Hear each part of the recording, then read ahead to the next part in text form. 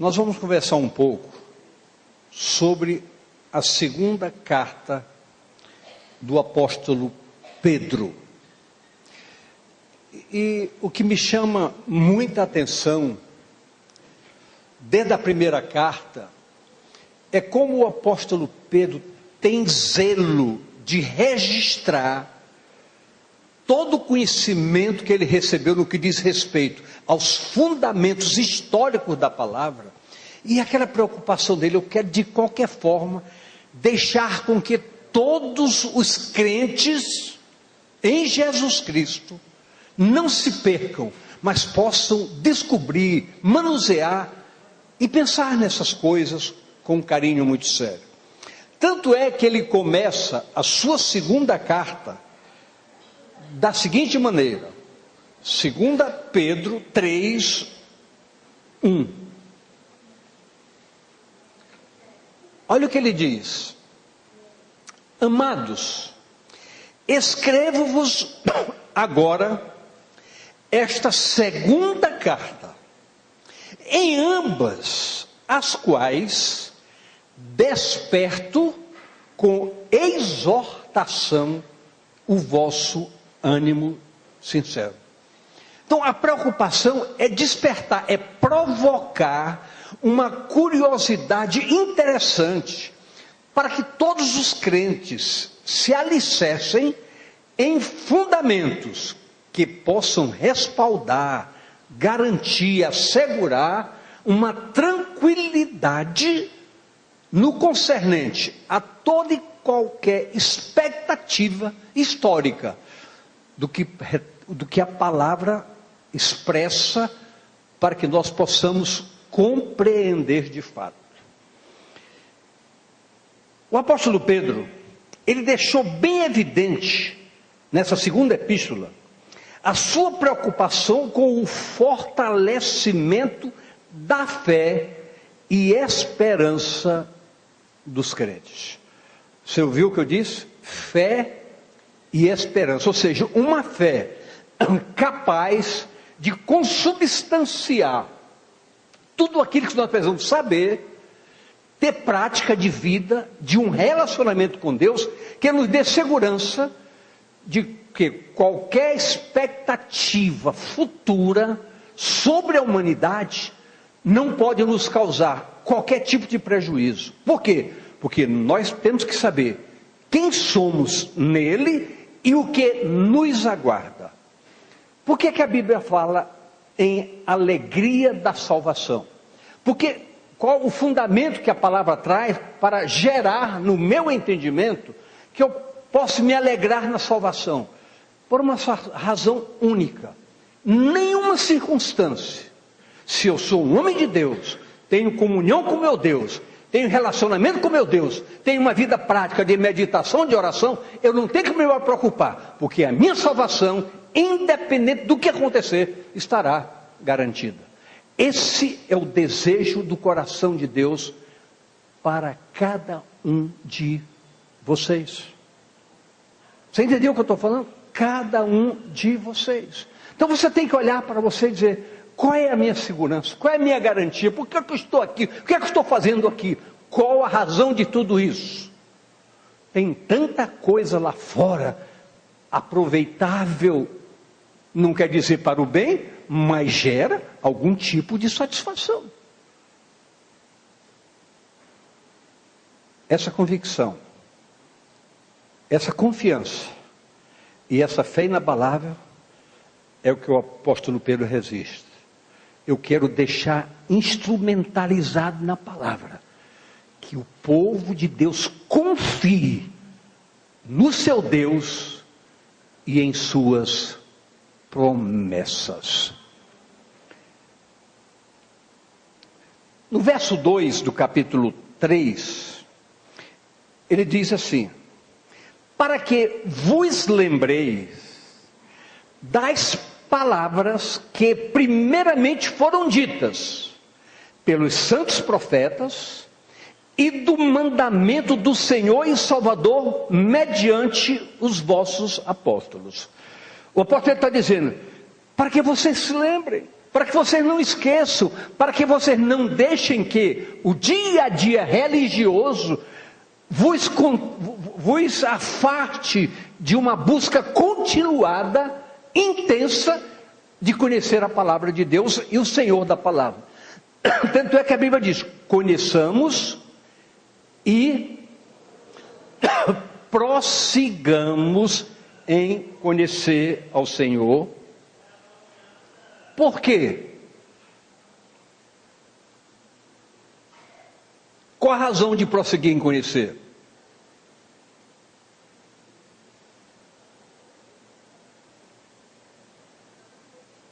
Estou perguntando.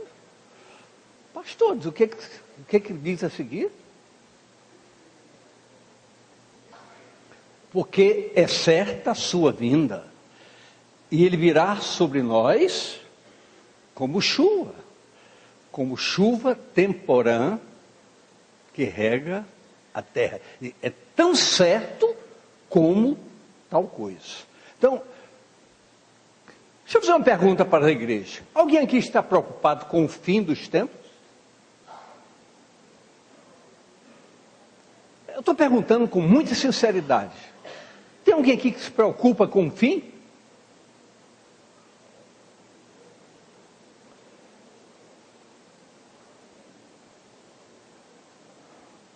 Vamos continuar caminhando juntos, para ver se você pode penetrar um pouco nesse entendimento.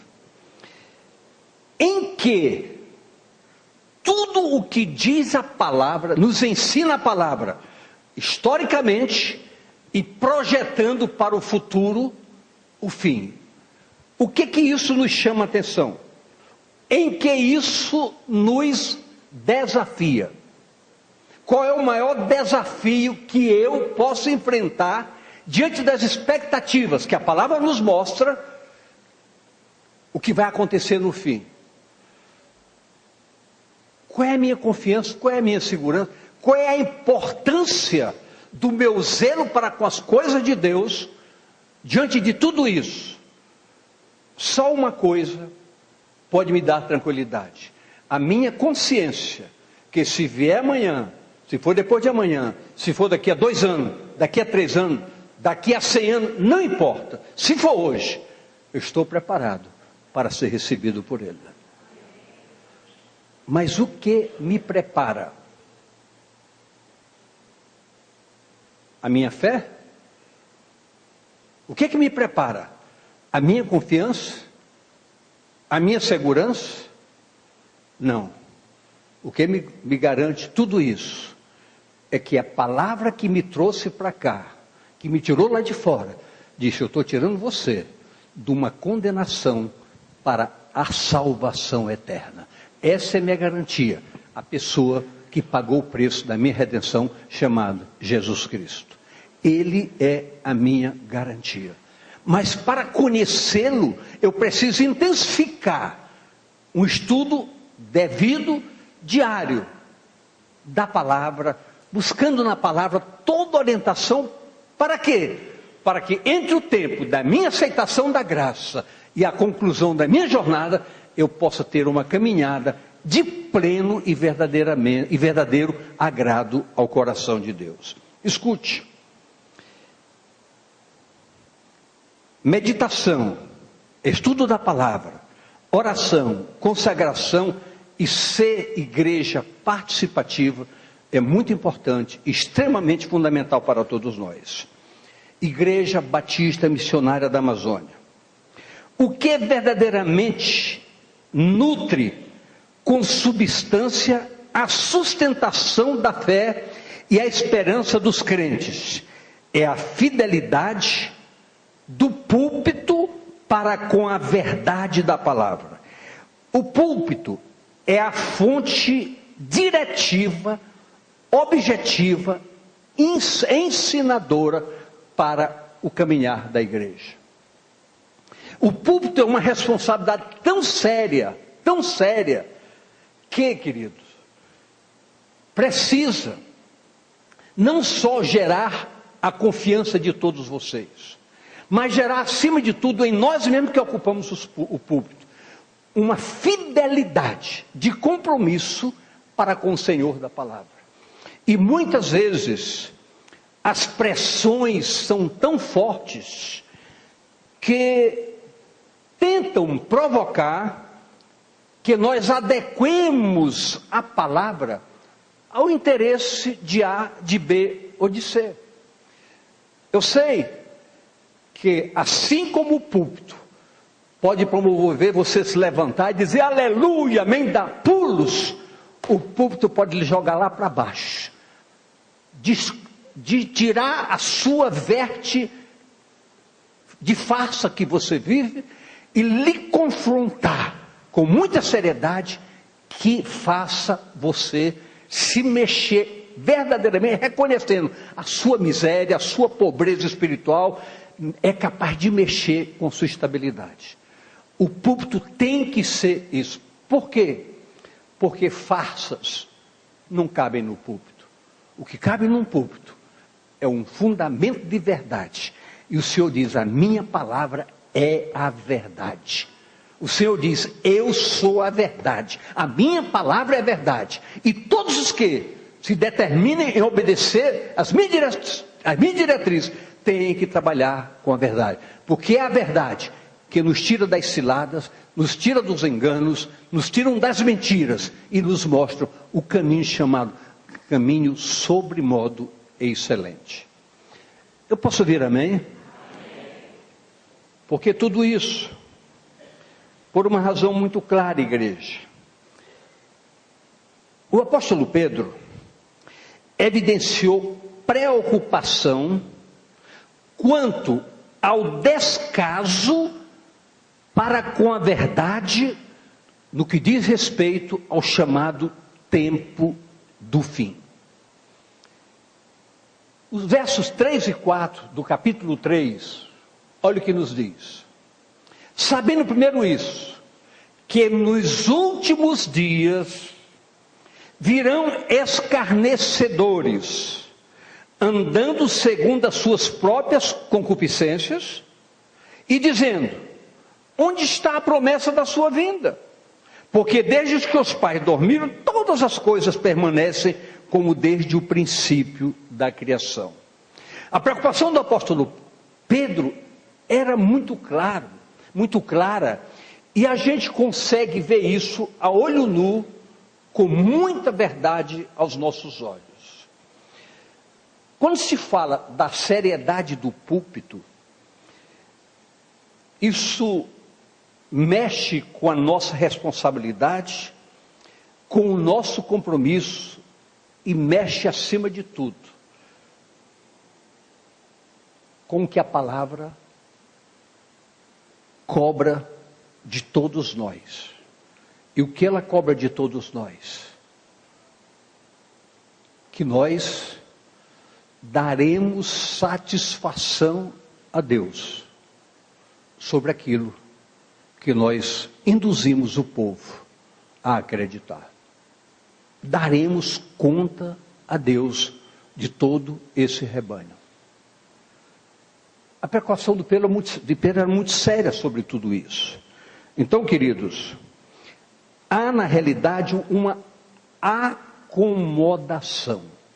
E surgirão, como lemos há pouco, escarnecedores, facilitando as coisas. O que hoje chama a atenção para que nós tenhamos aqui aquele rebanho que chama a atenção de todo mundo, que rebanho gigantesco. Isso mexe com todos nós. É bom a gente ver um rebanho cada vez maior, pessoas cada vez mais em busca de quê? Em busca de benesses. Quem aqui, quando está doente, gosta de ser abençoado pelo Senhor para ser curado? Sinceramente, quem gosta disso? Todos nós gostamos disso. Quem gosta de arranjar um bom emprego quando está desempregado? Todo mundo. Quem gosta de receber pão quando não tem nada para comer? Todo mundo. Mas quem gosta de abrir mão de alguma coisa em favor de um relacionamento com Deus? São perguntas que nós não vamos fazer, mas eu quero que você entenda. A palavra é muito desafiadora para uma igreja chamada verdade. Para o reino. Para que se ganhe alguma coisa do reino, é preciso se perder. É preciso perder para ganhar. Se perde num relacionamento, até num negócio que dá muito dinheiro, mas não é honesto. Tantas coisas mais que não convém nem citar. Mas para ganhar a alegria da salvação, gera muita tristeza por perdas, que nós temos que abrir mão em busca dessa alegria, que muitas vezes é difícil, mas é o que Deus quer para todos nós. Mas escute, por que isso é preocupante? Olha o que nos diz 1 Timóteo, capítulo 4, verso 1. Mas o Espírito expressamente diz que nos últimos tempos apostatarão alguns da fé, dando ouvido a espíritos enganadores e a doutrinas de demônios. Queridos, por que isso nos preocupa? Porque a gente sente claramente no meio do povo, sempre o povo quer alguma novidade. Eu quero saber, estão falando sobre isso. O povo quer ir atrás. O povo não é um povo submisso, obediente. Queridos, tem alguém profetizando em tal lugar, olha, tem alguém que vai fazer isso. Quem aqui acredita em profecia? Eu quero ouvir sinceridade. Quem acredita em profecia? Você acredita? Todo dia abre esse livro, você vai encontrar aos montes. Todo dia você vai encontrar aos montes profecias as mais variadas possíveis. E são profecias que nunca vão lhe enganar. Aqui, ela não está atrás do que aconteceu com você para dizer, olha, é isso que o Senhor me disse, aconteceu isso com alguém, já sabe o que aconteceu. Aqui não, aqui é para todo mundo. Aqui é tapa em todo mundo, ou é abraço em todo mundo. Eu posso ouvir amém de vocês, querida? Então é essa verdade que alega o nosso coração e nos dá uma convicção de que o Deus da verdade não permitirá que o seu púlpito trabalhe com mentiras. Mas escute, 2 Timóteo 3, 1 a 5, olha o que diz. Sabe, porém, que nos últimos dias sobrevirão tempos trabalhosos, porque haverá homens amantes de si mesmo. Eu penso assim, eu estou chateado com isso, eu estou chateado com aquilo, eu não confio mais em ninguém, eu não acredito mais em ninguém. E o diabo começa a trabalhar. E tem um detalhe, você nunca vai acreditar que é o diabo que está lhe enganando.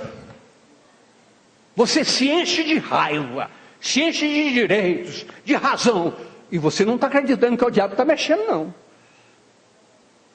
Todos são culpados, você é o certo. Você se torna grosso, ausente.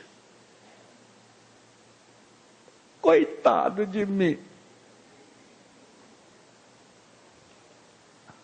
Porque haverá homens amantes de si mesmos, avarentos, presunçosos, soberbos, blasfemos, desobedientes a pais e irmãos, ingratos, profanos, sem afeto natural, irreconciliáveis, caluniadores, incontinentes, cruéis, sem amor para com os bons, traidores, obstinados, orgulhosos, mais amigos dos deleites do que amigos de Deus, tendo aparência de piedade, mas negando a eficácia dela. Sabe o que a Bíblia diz? Destes, afasta-te. Nós estamos aqui, preste bem atenção. Você acha que eu estou aqui olhando para A, B ou C? Obviamente que eu sei situações, mas o púlpito ele não pode ser particularizado. O púlpito é generalizado. O púlpito é uma porta que se abre para que cada um não olhe para o lado, mas olhe para si mesmo. Porque, queridos, todos os dias nós temos que melhorar. Eu tenho que melhorar todo dia. Eu reconheço que muitas coisas ainda precisam acontecer na minha vida. Por quê? Porque a alegria da salvação é algo que quem experimenta, Quem sente, não troca a graça de Deus por nada, nem por direitos, nem por razões, nem por achar, nem por pensar.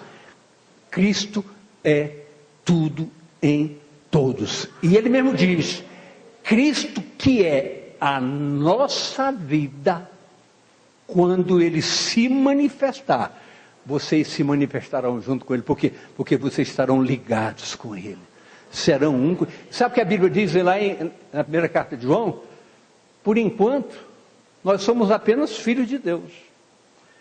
Apenas. Mas quando ele se manifestar, sabe o que acontecerá? Nós seremos como ele é.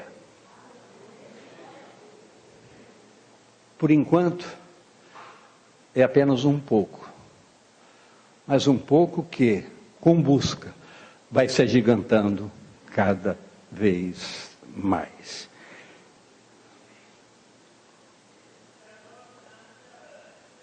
Amém. Amados, a palavra de Deus, desde a criação até o fim, é alicerçada em fundamentos de verdade. Diga, verdade. Olhe para a pessoa do seu lado. Querido, verdade. Bíblia é verdade. Palavra é verdade. Em Ezequiel, preste atenção, esse fim vem mesmo. Olha o que nos diz Ezequiel 7:2. E tu, ó filho do homem, assim, e tu, ó filho do homem, assim diz o Senhor Jeová, acerca da terra de Israel: vem o fim, e o fim vem sobre os quatro cantos da terra. O fim vem. O fim vem.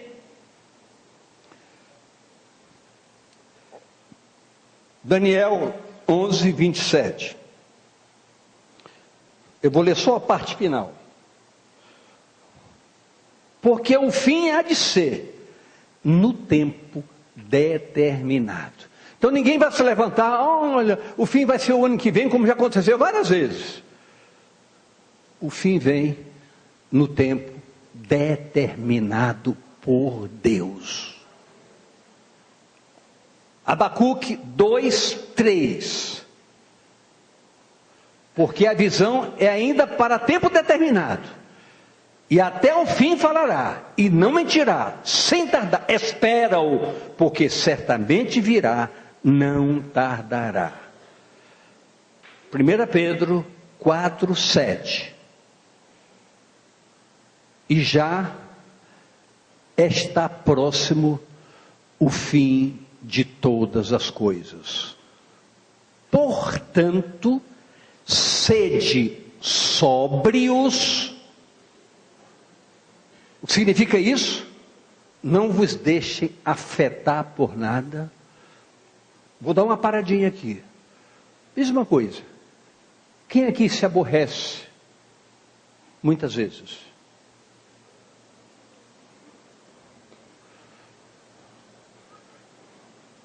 Você sabe o que significa isso? Porta aberta para o bicho entrar. A Bíblia diz que nós temos que ter domínio próprio. Domínio próprio é uma capacidade, uma capacitação espiritual que nos coloca acima de circunstâncias. Porque circunstâncias nos aborrecem, pessoas nos aborrecem, até dentro de casa tem gente que dá vontade de ser embora. Eu não volto mais nessa casa. Eu falo, tem. Mas nós temos que entender, queridos, o desafio não vem para nos amedrontar, ele vem para nos aperfeiçoar, para nos testar, para ver a nossa capacidade de superar situações circunstanciais. Então diga: eu estou sendo treinado todo dia. Amém. Amém.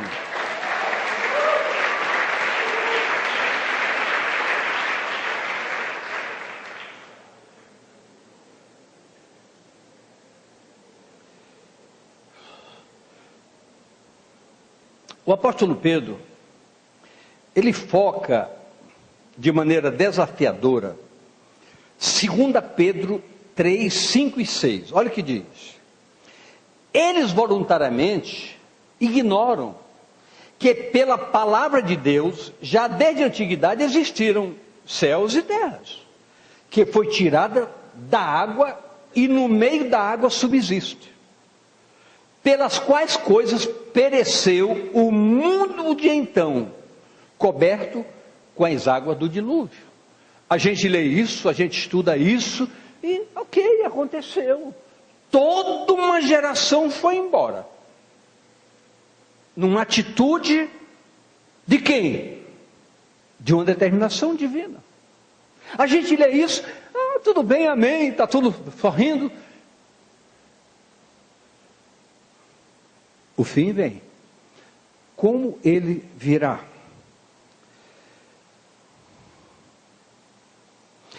O que se observa, queridos, e Pedro nos dá respaldo para falar sobre isso, há uma consciência de despreocupação que o inimigo aproveita e coloca uma cegueira em muitas pessoas.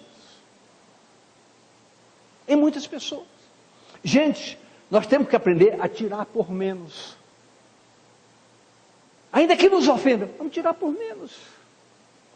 Vamos alegrar o nosso coração. Por quê? Porque quando nós glorificamos a Deus por não reagirmos, deixamos que Ele seja o nosso vingador, vai trazer alegria para o nosso coração. Quando você chega em casa à noite, às vezes está arrependido porque teve um comportamento errado, foi grosseiro com alguém, machucou alguém, mas quando você chega em casa e viu que você abriu mão, cedeu, deixou por menos, isso lhe traz o quê? Uma noite diferente.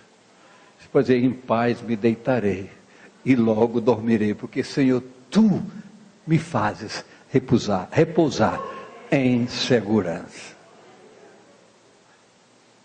Satisfazer a vontade de Deus promove bem-estar para o nosso espírito.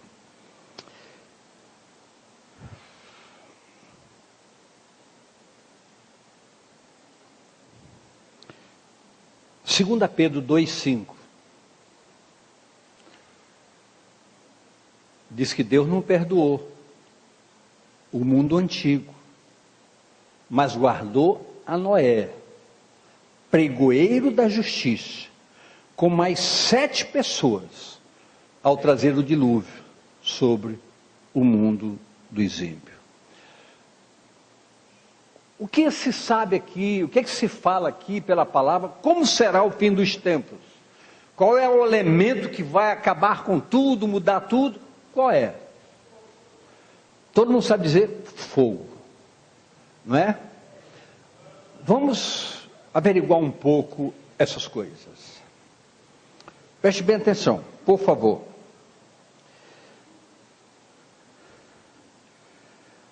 Não podemos cair em nenhuma cilada.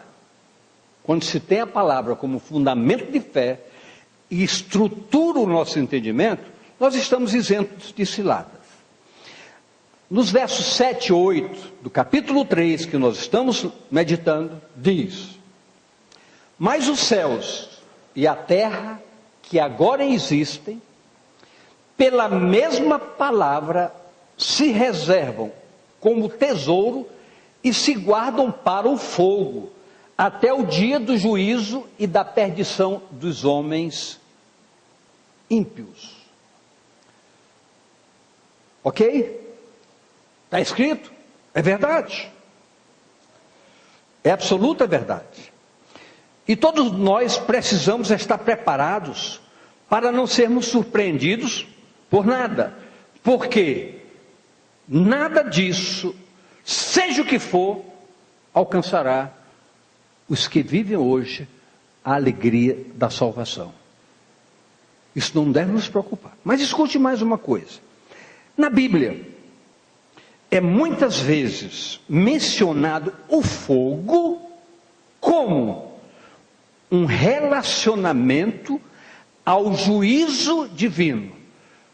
Historicamente, quando se pesquisa, quando se analisa alguns teólogos, eles falam que essa palavra fogo aí diz respeito tão somente ao juízo final. E nós vamos, a palavra, ver alguma coisa sobre isso. Por exemplo, Isaías 66, 15 e 16. Olha o que diz. Pois eis que o Senhor virá em fogo. Ele virá em fogo. E os seus carros com um torvelinho, para tornar a sua ira em furor e a sua repreensão em chamas de fogo. Colocar mais um texto. Não, mais alguns. Mais 3, por exemplo. Sofonias 1,18. Nem a sua prata, nem o seu ouro os poderá livrar no dia do furor do Senhor. Mas pelo fogo do seu zelo, toda esta terra será consumida, porque certamente fará de todos os moradores da terra uma destruição total e apressada. Ainda Sofonias 3,8 diz: portanto, esperai-me a mim, diz o Senhor, no dia em que eu me levantar para o despojo, porque o meu juízo é ajuntar as nações e congregar os reinos, para sobre ela derramar a minha indignação e todo o ardor da minha ira, porque toda esta terra será consumida pelo fogo do meu zelo. Apocalipse 18, 8. Portanto, num dia virão as suas pragas, a morte e o pranto e a fome, e será queimada no fogo, porque é forte o Senhor Deus que a julga. E assim buscaríamos mais outros e outros, mas o que se quer mostrar é que a correlação fogo e furor, para que se entenda e não cause para conosco dúvidas, incertezas. O que mais importa, e o apóstolo Pedro se preocupou demais, é que nada disso pode nos abalar. O que precisa acontecer, igreja, é uma tomada séria de posição por parte de cada um de nós, para deixarmos as tolices, as meninices, as intrigas desnecessárias, para que abramos mão de prerrogativa de soberba, de vaidade, que a simplicidade norteie o nosso caminhar, e sejamos pessoas, como Jesus subiu ao monte e disse: ei povo, de ontem, de hoje e de amanhã, sejam mansos, sejam humildes, sejam pacificadores, sejam misericordiosos, aprendam de mim que sou manso e humilde de coração, diz o Senhor, e alcançarei descansos para as vossas almas.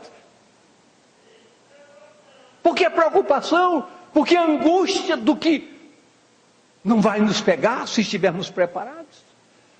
O que falta é uma decisão muito séria. Assuma a sua posição. Os homens levantam o braço comigo aqui. Todos os homens. Digo, sou um homem de Deus. Levante seu braço, Edil. Todas as mulheres, levante com ela. Sou uma mulher de Deus. Viva como homem de Deus. Viva como uma mulher de Deus. Nada vai lhe surpreender. O amanhã não vai lhe surpreender. Hoje mesmo você toma posse do que Deus tem para você.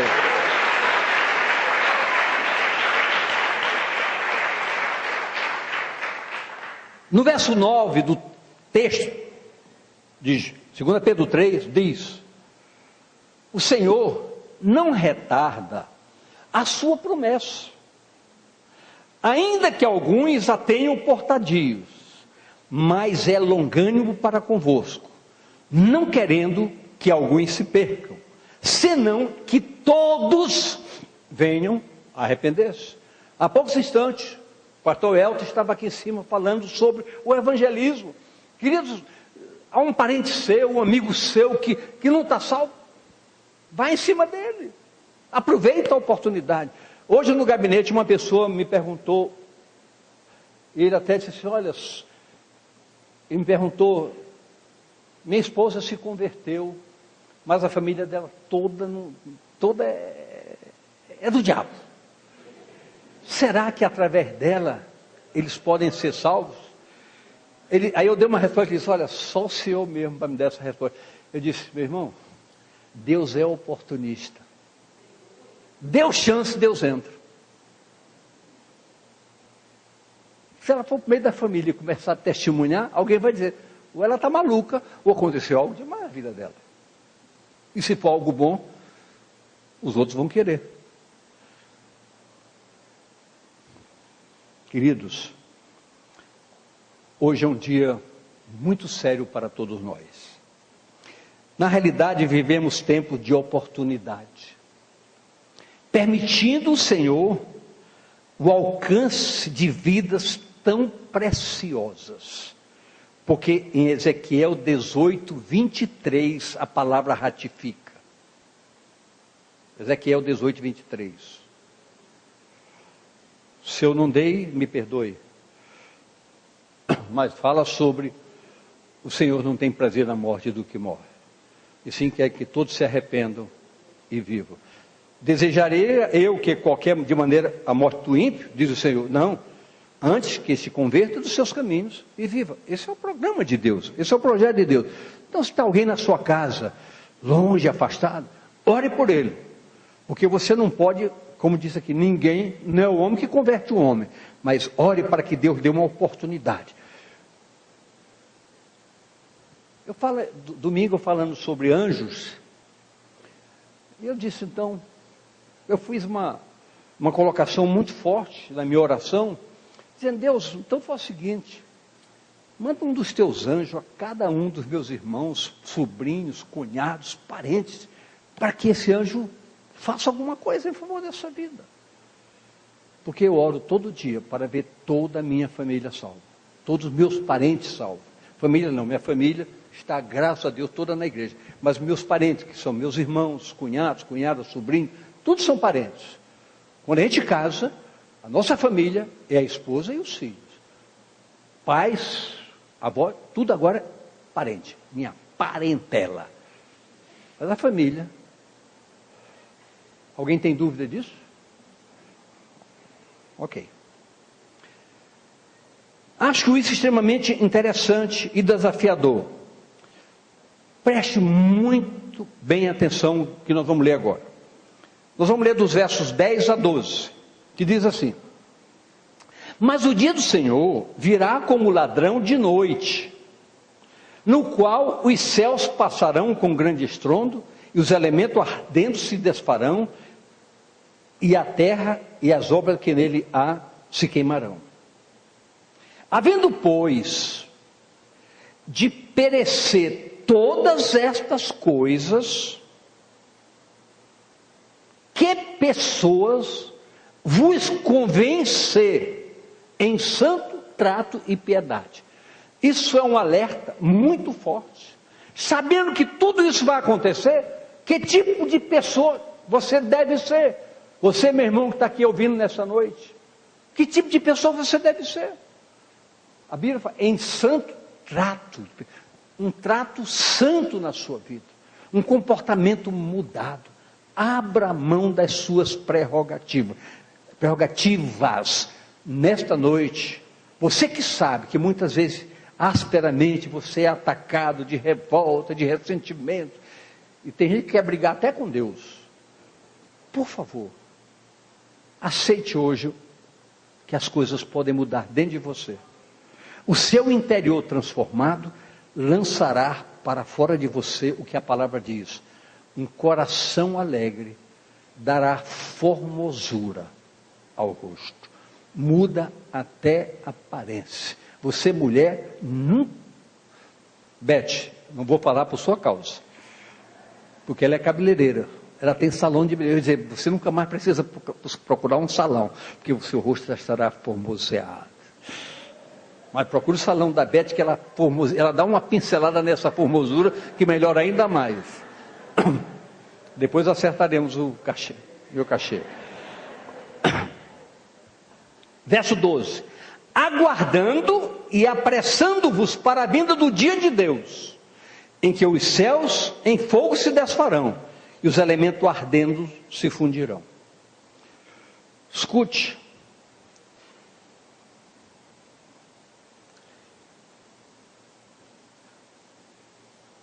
Tempo oportuno, você pegue as duas cartas de Pedro e dê uma estudada nelas assim com muito carinho. Vão lhe ser maravilhosamente proveitosas. O verso 13 diz o seguinte: mas nós, segundo, olha só, nós, você tem coragem de dizer eu? Mas nós, você não entendeu, você é capaz de dizer eu, estou no meio, mas nós, segundo a sua promessa, aguardamos novos céus, nova terra, em que habita a justiça. Então, essa forma de destruir o velho, não vai nos pertencer, porque nós temos convicção de um novo céu e de uma nova terra, totalmente diferenciada. Sabe de uma coisa? Dificilmente, é muito difícil a gente ministrar sobre o livro de Apocalipse, que é um livro extremamente desafiador, mas precioso. A gente gosta de falar mais nas coisas do dia a dia, das bênçãos do dia a dia, mas a gente tem a obrigação de trabalhar com toda a palavra, sem reservas. É por isso que nós estamos hoje aqui, dando mais uma pincelada, e outras virão, não trazendo preocupação, mas trazendo firmeza e posicionamento, de uma igreja que precisa ser desafiada, mas mergulhar com ousadia, numa convicção, de que nada vai abalar homens e mulheres de Deus. Vivemos uma crise lá fora, é verdade, temos que ser precavidos? Temos que aprender a poupar? Temos que aprender a ser cautelosos? Sim, mas uma condição que nós temos: pode não chover de um lado, nem do outro, mas na sua terra vai chover. São promessas. O Brasil está enfrentando uma crise séria de falta de água. Quando o homem de Deus se levanta e com sinceridade ele clama, no céu começa a aparecer que nem a mão de um homem, mas é sinal de que chuva vem. A chuva virá no tempo certo e não faltará. Então, a orientação segura do apóstolo Pedro, orientando os crentes a viverem vida reta, traz todo um fundamento muito claro: é estudar as Escrituras para poderem crescer na graça e no conhecimento do Senhor. Eu quero, por fim, ler apenas os versos 17 e 18 do capítulo 3. Vós, portanto, amados, sabendo de antemão, guardai-vos de que, pelo engano dos homens abomináveis, sejais juntamente arrebatados e descaiais das vossas firmezas.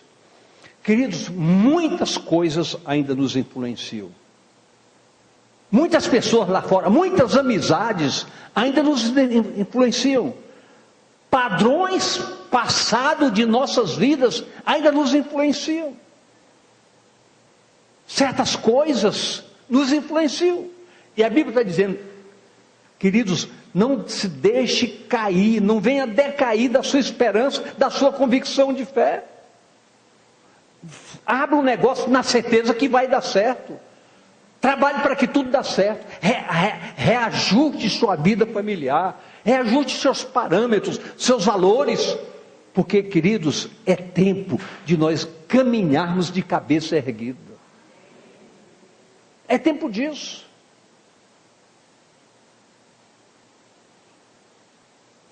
E muitas vezes a gente sofre por uma ansiedade muito grande, quando o próprio Deus disse: vocês não podem estar ansiosos. O que quer dizer? Creiam em mim, confiem em mim, mas faça a sua parte. Antes, crescei na graça e no conhecimento de nosso Senhor e Salvador Jesus Cristo.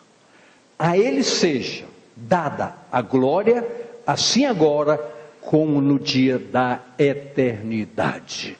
Eu posso ouvir amém? Amém. E não nos deixemos arrastar por erros de alguns insubordinados. Antes, devemos verdadeiramente buscar um crescimento. Agora eu pergunto: de onde vem um crescimento? Quando a palavra se abre para nós, ela diz: um planta, outro rega, outro colhe. Mas o crescimento, quem dá é o Senhor. Olhe para a pessoa do seu lado e diga: por favor, meu irmão, deixe Deus lhe dar o crescimento que você precisa para amadurecer na fé, na esperança, na confiança, na determinação e no propósito de ter uma identidade como homem de Deus ou como uma mulher de Deus. Assim seja na sua vida, de hoje em diante, para a honra, para a glória, para louvor e para a exaltação do nome dele. E vamos ficar de pé em nome de Jesus.